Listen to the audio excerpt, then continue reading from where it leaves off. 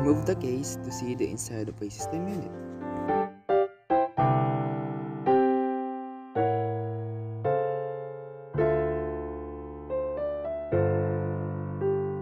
Remove those wires or cables that connected in your motherboard.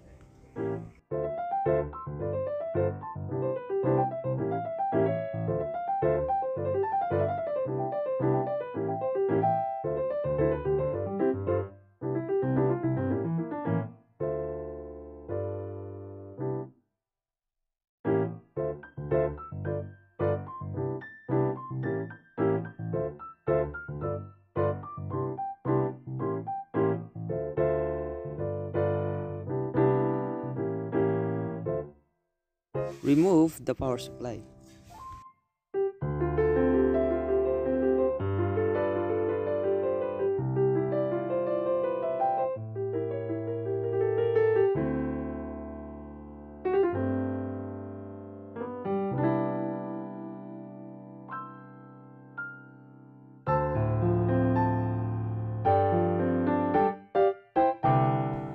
Remove the HDD or the hard disk drive.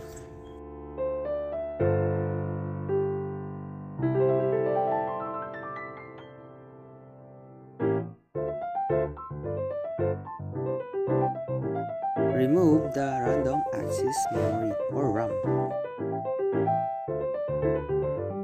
Remove the central processor unit or CPU fan.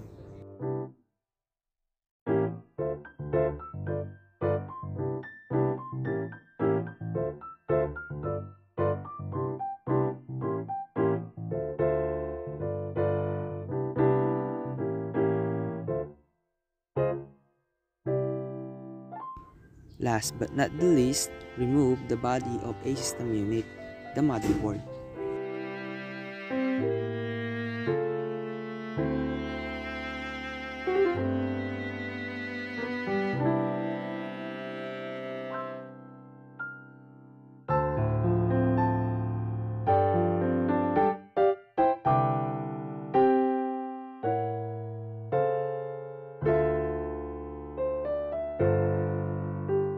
Place the motherboard in the appropriate place.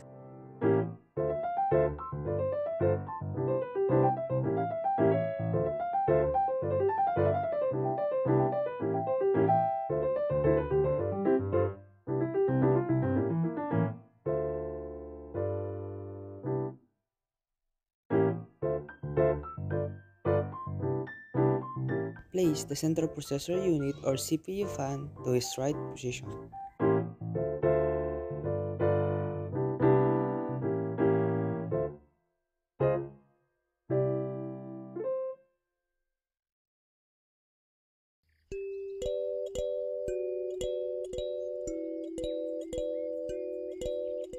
Carefully place the random access memory or RAM. Place the HDD or hard disk drive.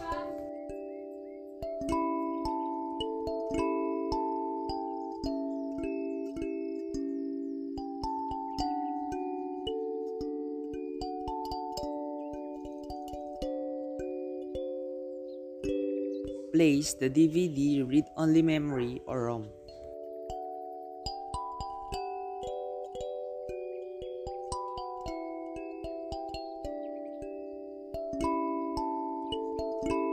Place the power supply properly.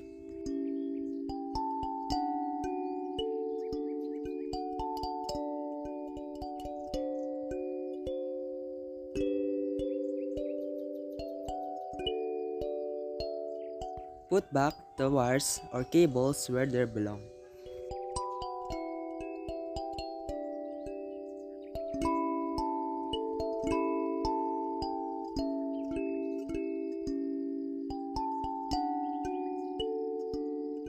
Put back the case to close the system unit.